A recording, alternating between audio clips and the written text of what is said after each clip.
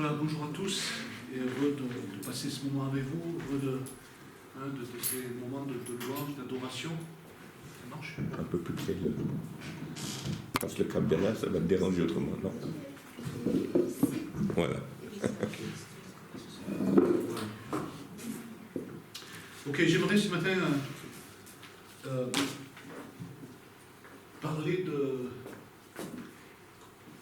cette curieuse phrase qui est reprise plusieurs fois dans les évangiles.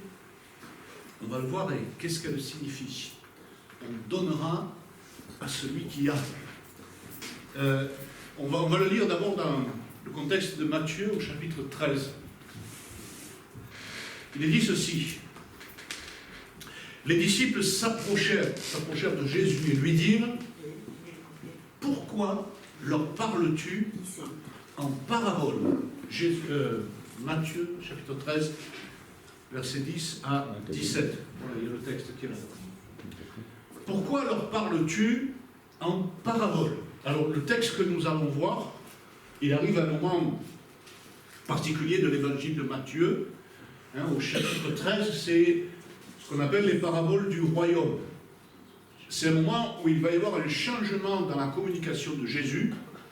Il ne va plus parler ouvertement, de manière à ce que chacun comprenne, mais il va comme voiler son message, et il va parler, non plus directement, mais il va parler en parabole. Parce que jusque-là, il s'est adressé aux Juifs sans distinction, il s'est adressé aussi bien au peuple qu'aux pharisiens, qu'aux scribes, qu'aux docteurs de la loi, etc. Et devant l'opposition grandissante de ces pharisiens, docteurs de la loi, et notamment la crise qu'il y a au chapitre 12, où ces pharisiens vont dire à Jésus: c'est par Belzébuth, le prince des démons, que tu chasses les démons. Il va y avoir un moment de crise là, et c'est là que Jésus va parler de cette faute impardonnable, celle contre le Saint-Esprit. Et en chapitre 13, donc, il y a une rupture dans cette communication. Jésus ne parle plus ouvertement, il va s'adresser à eux, de manière à ce que ceux qui ont des oreilles n'entendent point, et ceux qui voient ne voient point. Mais il va dire à ses disciples, et on va le lire, Jésus répondit, donc pourquoi leur parles-tu en parabole? Et Jésus leur répondit: parce qu'il vous a été donné de connaître les mystères du royaume des cieux, et que cela ne leur a pas été donné. Car on donnera à celui qui a, et il sera dans l'abondance, mais à celui qui n'a pas, on ôtera même ce qu'il a.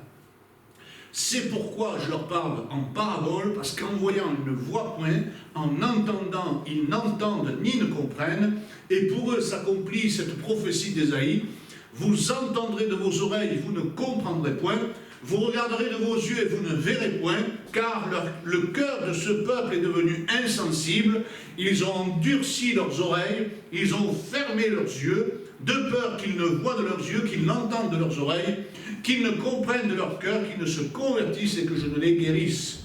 Mais heureux sont vos yeux parce qu'ils voient, vos oreilles parce qu'elles entendent. Je vous le dis en vérité, beaucoup de prophètes et de justes ont désiré voir ce que vous voyez et ne l'ont pas vu, entendre ce que vous entendez et ne l'ont pas entendu. Donc on est dans ce contexte où Jésus va parler non plus de manière directe, mais il va parler comme de manière voilée. Mais il va dire à ses disciples, et quelque part aussi s'adressant à toute cette foule qui est là autour de lui, certains, il vous a donné, il vous a été donné. Et je voudrais que vous remarquiez ce verbe, donner.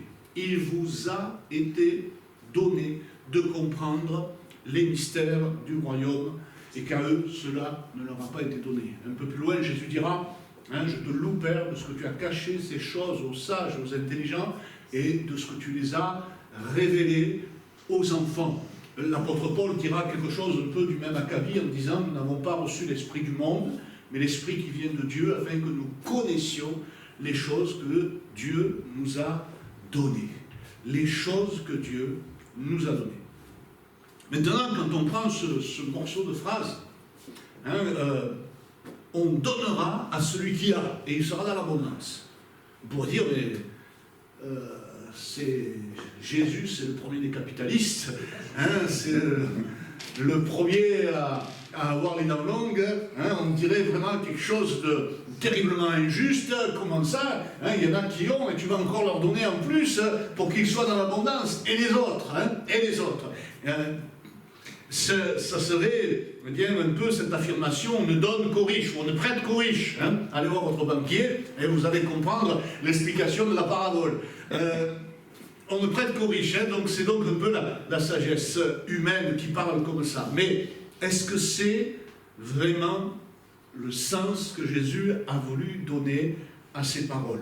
Vous savez que Jésus est passé maître, hein, dans l'art de surprendre, provoquer, nous prendre à contre-pied, nous étonner, hein, par ses raisonnements, de sa pensée quelque part hors du cadre, hein, toujours nouvelle et toujours eh bien, surprenante.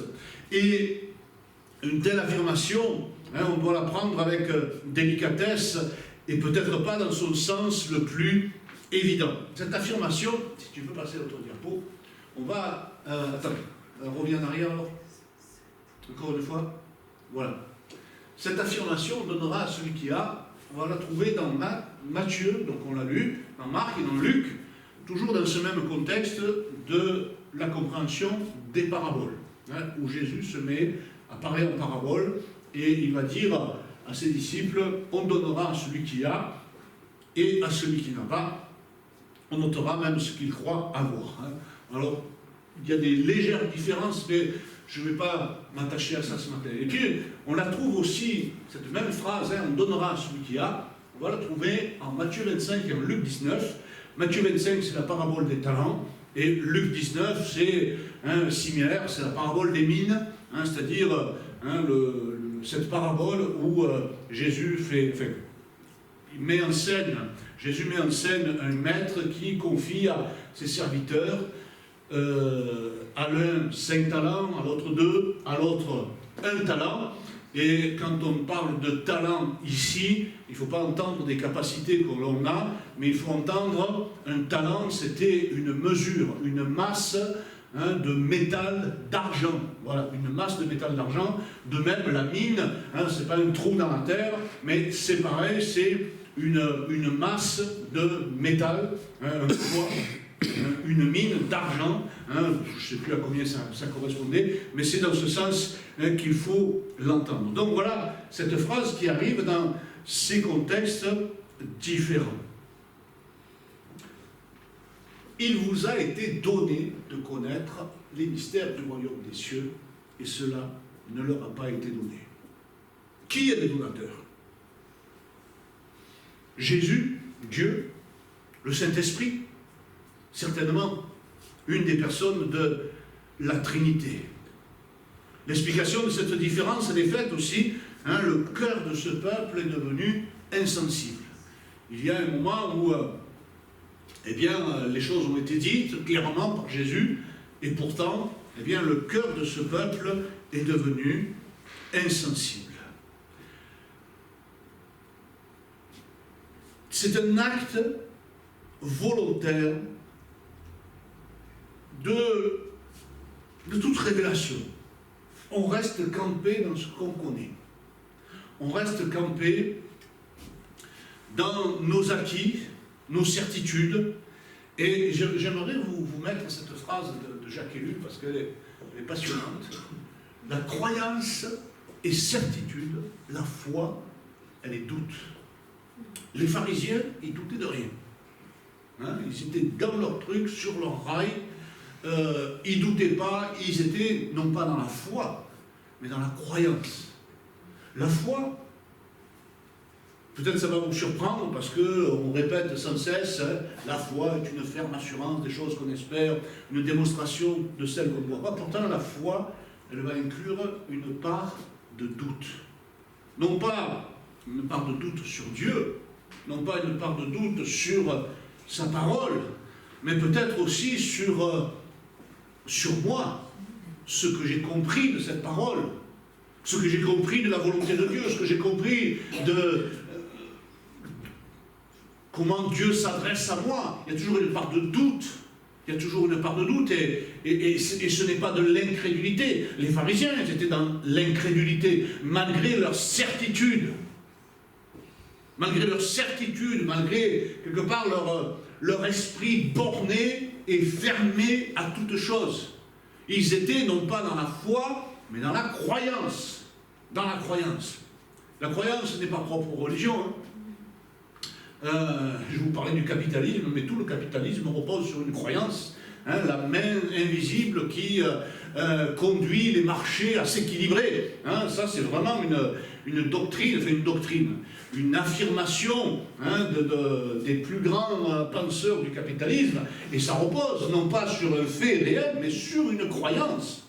Sur une croyance. Non pas sur des faits scientifiques qui sont posés, mais sur un pari, une croyance, un pari sur l'avenir, etc., etc.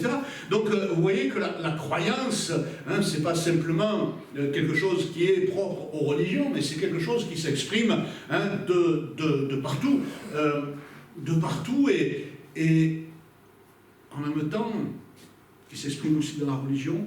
Mais si je veux marcher dans la foi, je dois voir, et sans culpabilité, que parfois ma conviction est un peu mélangée avec mes propres doutes, que ma foi s'exprime, mais qu'il y a aussi quelque chose qui est là, qui est de cette part de l'humain, cette part de l'incarnation, cette part qui fait que je suis un homme, une femme, et qui est confronté aussi à ces questions, à ces doutes, à ces peurs, à ces craintes, à toutes ces choses-là.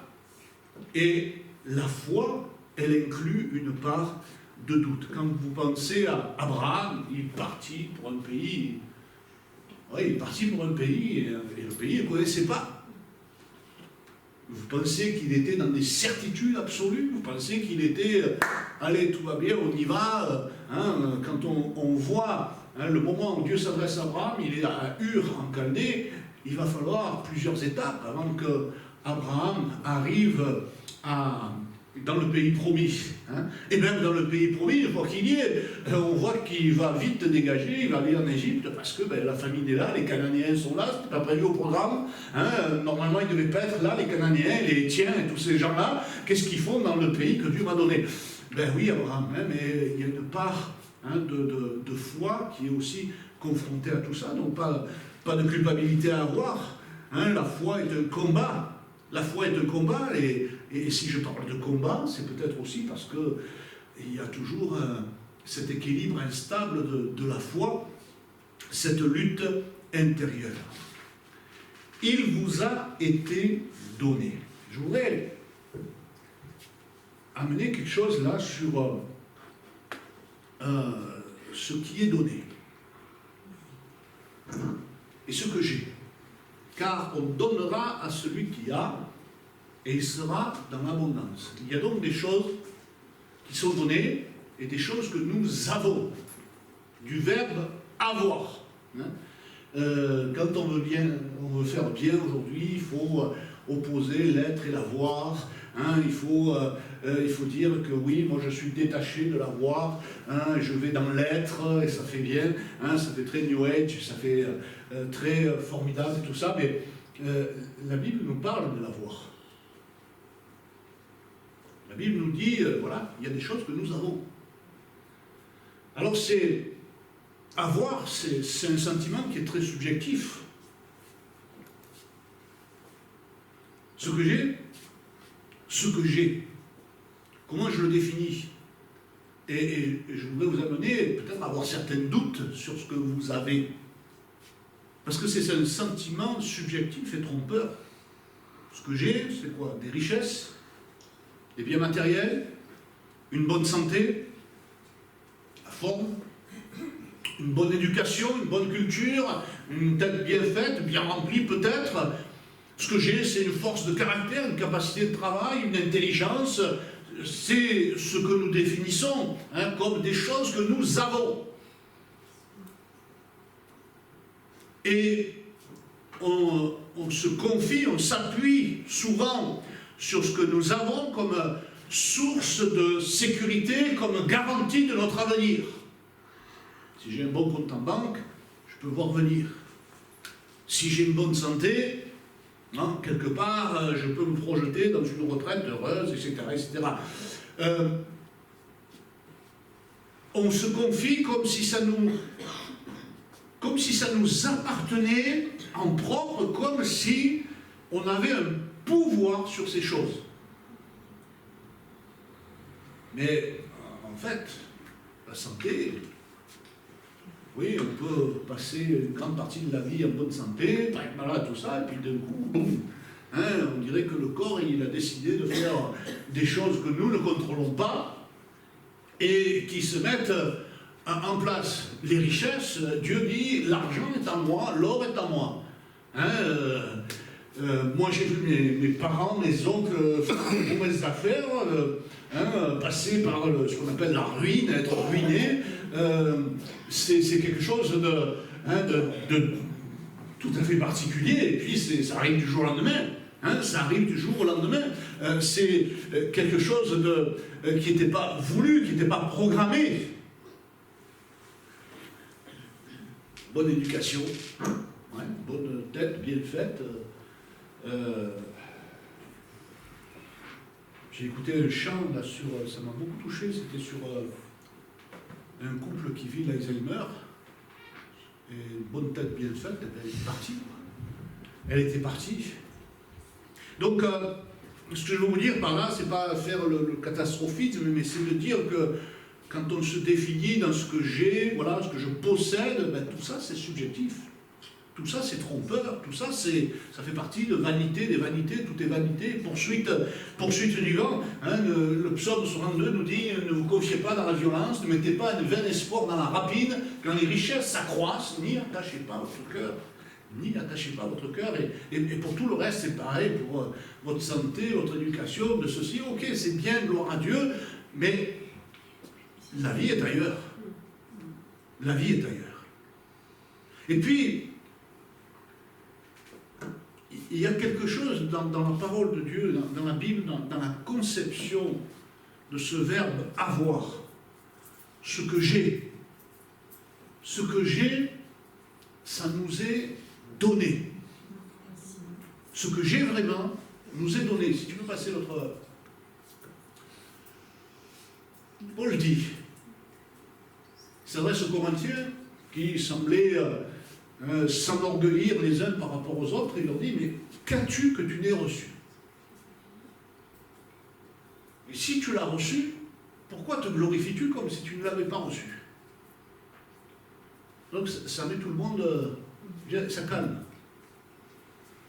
Tu as une bonne éducation, ben, rends grâce à Dieu de ce que tu as eu des parents qui t'ont entouré, qui ont permis que tu fasses des études, qui ont permis que tu sois élevé dans un milieu favorable. Rends grâce à Dieu, c'est pas quelque chose que toi tu as, c'est quelque chose qui t'a été donné. C'est quelque chose qui t'a été donné. Tu as une bonne santé, rends grâce à Dieu et reçois-le non pas comme quelque chose que tu as en propre, mais comme quelque chose qui est donné. Comme quelque chose qui est un cadeau, qui est une grâce, quelque chose qui est donné.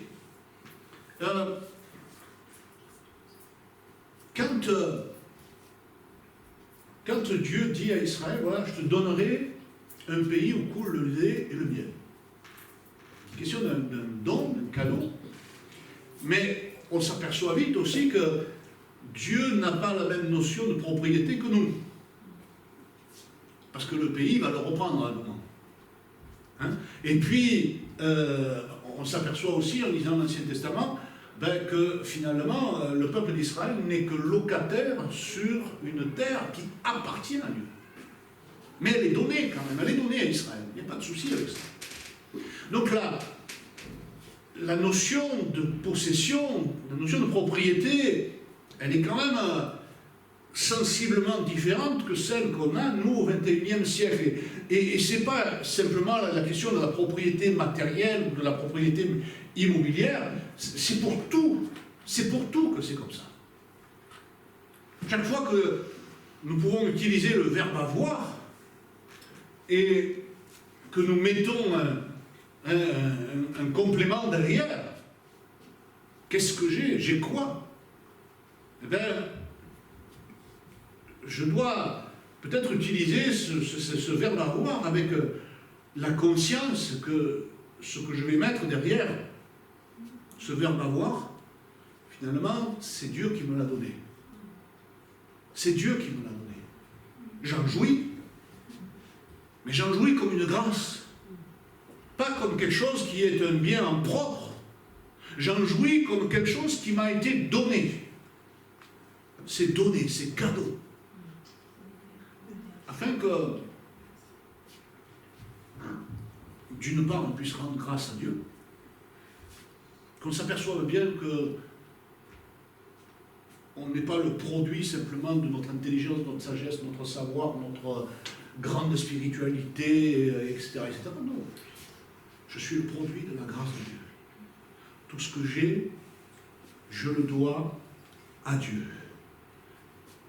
C'est Jacques qui nous dit ceci: toute grâce excellente et tout don parfait descendent d'en haut du Père des Lumières, chez lequel il n'y a ni changement, ni ombre de variation. Ce que j'ai vraiment, ça me vient du Seigneur. Si Dieu vous a donné des biens matériels, réjouissez-vous, jouissez-en. Vraiment, éclatez-vous. Mais, sachez aussi que quelque part, tout cela ne vous appartient pas. Et soyez reconnaissants de ce que Dieu vous a donné. Si vous avez une bonne éducation, ben servez-vous-en, réussissez dans la vie avec ça, faites tout ce qu'il faut, ok, jouissez-en hein, et usez-en le maximum que vous pouvez. Faites-en bénéficier les autres aussi, mais en même temps, tournez-vous vers le Seigneur et dites: Seigneur, je te remercie. Je te remercie pour ce que tu m'as donné. Ce n'est pas à moi, simplement, mais c'est quelque chose qui m'a été donné. Regardez ce que Pierre dit à ce paralytique. Je n'ai ni argent, ni or, mais ce que j'ai, je te le donne. Ce que j'ai, je te le donne. Au nom de Jésus, hein, au nom de Jésus-Christ de Nazareth, lève-toi et marche. Hein, ce qui m'intéresse, ce n'est pas le miracle aujourd'hui, mais c'est cette phrase de Pierre. Je n'ai ni argent ni or, mais j'ai autre chose. J'ai autre chose, et ce que j'ai, je vais te le donner. Parce que ce qu'il avait, Pierre, c'était aussi un don de Dieu, un cadeau de Dieu, une grâce qui lui avait été faite. Alors ce que j'ai, je vais te le donner. Ce qu'on a, c'est ce qui est donné. Ce qu'on est, c'est grâce. Et lorsque nous recevons cette grâce, nous exaltons le Seigneur, nous lui sommes reconnaissants. Et nous nous plaçons dans une relation juste. Je ne procède pas de moi-même. Je ne suis pas arrivé là, paf, par ma propre volonté, mon auto-construction, j'ai réuni mes cellules, hein, j'ai réussi à souffler mon souffle de vie. Non, c'est un cadeau. C'est une grâce. C'est une grâce. Et ça, je veux en jouir comme d'une grâce. Ce que j'ai, c'est cette capacité de recevoir la grâce. Ce qu'il a, l'apôtre Pierre, c'est par grâce. Il a ouvert son cœur à cette grâce excellente. Quand Jésus nous dit dans l'évangile de Matthieu, ne vous amassez pas des trésors sur la terre, où la teigne et la rouille détruisent, où les voleurs percent et dérobent, mais amassez-vous des trésors dans le ciel, où la teigne, la rouille ne détruisent pas, où les voleurs ne percent ni ne dérobent, car là où est ton trésor, là aussi sera ton cœur. Vous savez bien qu'avec ce verbe avoir, quelque part il y a beaucoup d'idolâtrie qui est attachée à ça. Hein, moi, j'ai la grande maison, j'ai la belle voiture, hein, j'ai ceci, j'ai cela. Et encore cette semaine, j'ai appris des nouvelles là, de quelqu'un. En fait, ils se sont mis dans une situation financière déplorable. Tout ça, pourquoi? Pour un 4x4. C'est terrible, hein? Ils ont acheté le 4x4, ils n'avaient pas les moyens, ils ont revendu le 4x4 en perte de temps. Maintenant, ils payent le 4x4 et ils n'ont plus. C'est formidable. Hein, c'est formidable. Vous voyez le bazar que ça fait dans la tête, le bazar que ça fait dans les vies, hein, et c'est quelque chose de terrible. Dans le ciel, c'est ce que nous avons vraiment. La figure de ce monde passera. Hein, on ne sait même pas ce qui peut se passer demain. Hein, demain, ça peut être encore un jeudi noir, la ruine de milliers de gens. Quand je préparais ça, vous savez, je pensais à ces images qu'on a vues lors de la... quand il y a eu cette catastrophe autour du World Trade Center, hein, et les gens qui sautaient. Les gens qui sautaient par les fenêtres. Je me disais, mais tous ces gars-là, ils avaient des situations en or. Ils avaient des situations, boum. Hein, il y avait certainement j'allais dire, à chaque fois qu'ils tombaient, c'était des gens qui gagnaient des milliers de dollars par mois. Hein, des gens qui avaient des vies extraordinaires. Hein, peut-être qu'il y avait des garages avec plusieurs 4x4, tout ça. Mais voilà, devant la catastrophe, leur seul truc, c'était de sauter, d'en finir. Perds tout, mais sauve ta vie. Il y a eu un humoriste français qui était dans cette tour et qui était lui aussi embauché, je ne sais pas son nom, de maison. Il était trader, il travaillait pour une grande banque et il était ce jour-là dans les tours. Et quand il est descendu, hein, il est arrivé en bas, il a dit c'est terminé. Je vais faire ce pourquoi je suis fait, être humoriste. Hein, et depuis, ben, c'est ça, et je trouve son parcours tout à fait admirable, et ça m'a vraiment interpellé, son histoire. Voilà un gars qui, face à un événement grand, face à la mort, ben, d'un coup, il réalise ce qui est vraiment important, et ce qu'il a vraiment. Un trésor dans le ciel. Paul nous dira que les choses visibles sont passagères, les invisibles sont éternelles. Hein, et il y a beaucoup de souffrance, vous savez, dans ce monde, à cause de cette folie des biens matériels. Beaucoup de souffrance. Hein, beaucoup de gens qui se sentent rejetés, qui se sentent humiliés parce que, ben oui, on n'a pas les moyens de se payer tout ça. Hein, il y a quelque temps, je suis resté abasourdi devant des gens qu'on aide, qui portent les colis alimentaires, etc., etc. Mais elle a acheté un iPhone, le dernier, à sa fille. À 800 €. Ah, et je dis, dans quel monde on vit, quoi? Des gens qui n'ont même pas de quoi mettre quelque chose dans l'assiette. On va pour s'afficher, pour se payer, pour la gloire de ce monde. Hein, excusez-moi, mais se prostituer à des choses comme ça. Ça ne va pas, ça ne va pas. Hein? Ok, on va passer à autre chose, toujours dans ce thème-là. Ce qui est donné, ça nous engage. Je vous ai dit qu'il y avait deux contextes. Il y avait d'un côté de cette phrase, hein, on donnera à celui qui a, il sera dans l'abondance, et à celui qui n'a pas, on ôtera même ce qui croit avoir, l'illusion d'avoir quelque chose. Là, cette même phrase se trouve dans la parabole des talents.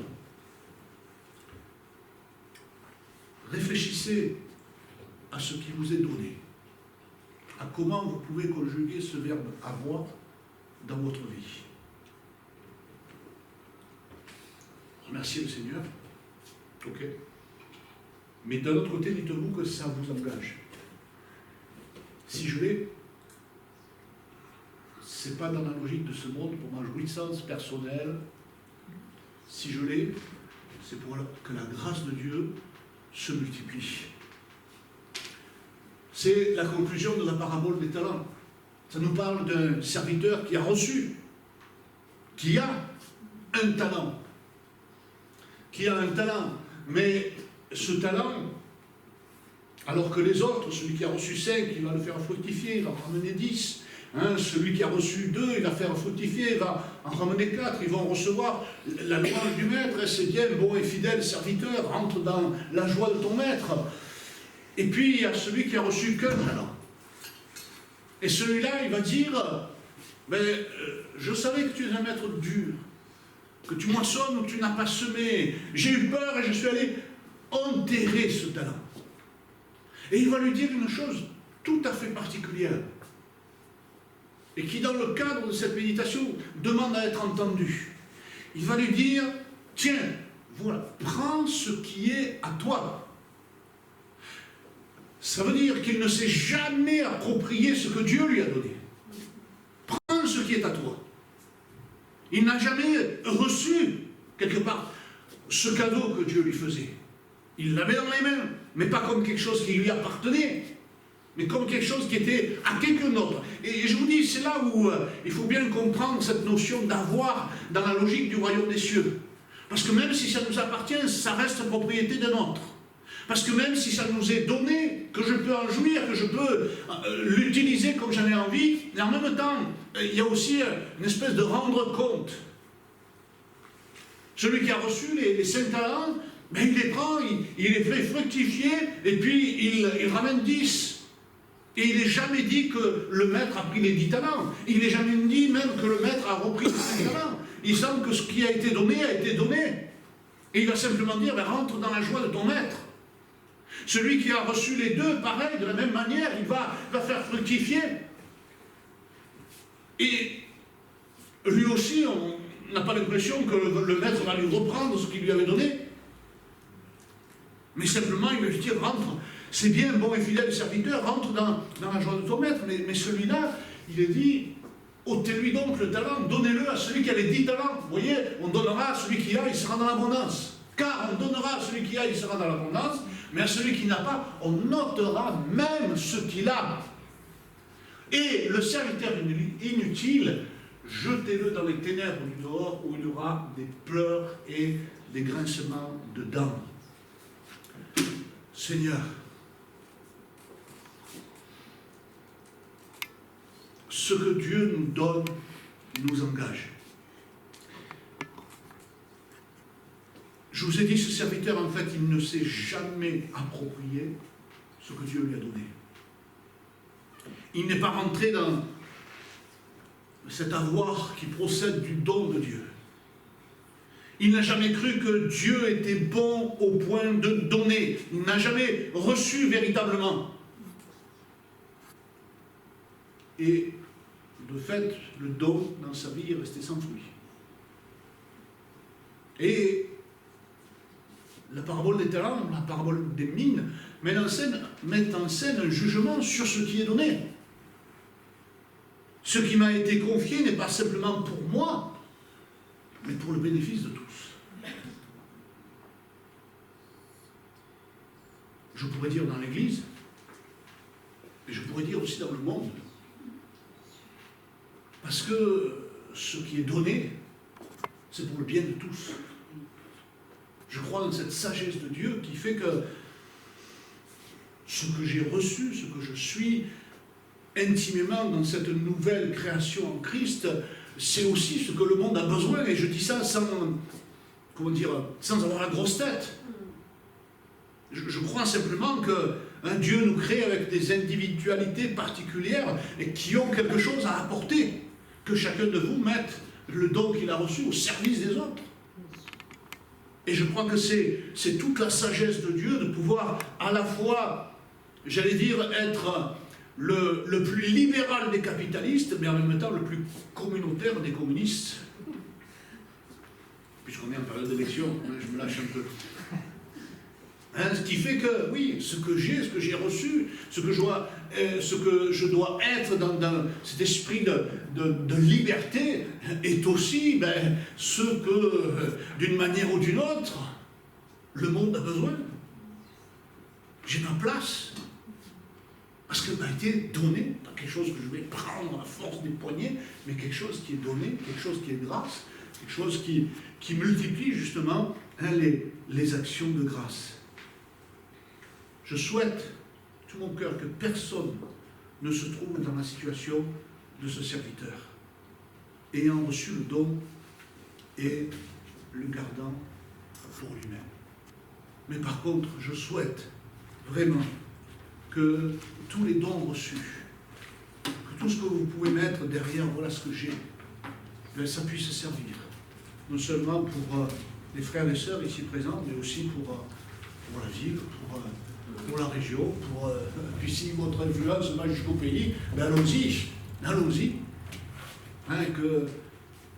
que chacun puisse quelque part rendre ce don, le faire fructifier pour la gloire de Dieu. Et qu'il n'y ait pas au milieu de nous des serviteurs inutiles. Que Dieu nous garde. Merci Père pour tous ces moments. Et merci pour mes frères et sœurs qui sont là ce matin. Seigneur, tu les as bénis. Tu les as bénis d'une manière ou d'une autre. Tu les as tous bénis. Et ta grâce n'est pas réduite. Ta grâce, elle est surabondante pour chacun, Père. Et je prie, mon Dieu, que chacun prenne conscience de ce qui a été donné. Que chacun s'en saisisse, s'en empare. Et que ce don enrichisse sa propre vie. Et que beaucoup de joie en découle dans chaque vie. Mais en même temps, Père, je prie pour que ce don déborde et dépasse le cadre d'une simple vie et qu'il s'adresse à toute la communauté. Et que la communauté en soit bénie aussi. Que la communauté en soit bénie, mon Dieu. Alors oui, Seigneur, à toi la gloire pour toute ta sagesse. À toi la gloire pour tout ce que tu donnes à chacun. À toi la gloire, Seigneur. Que cette gloire te revienne. Merci, mon Dieu. Amen. Amen.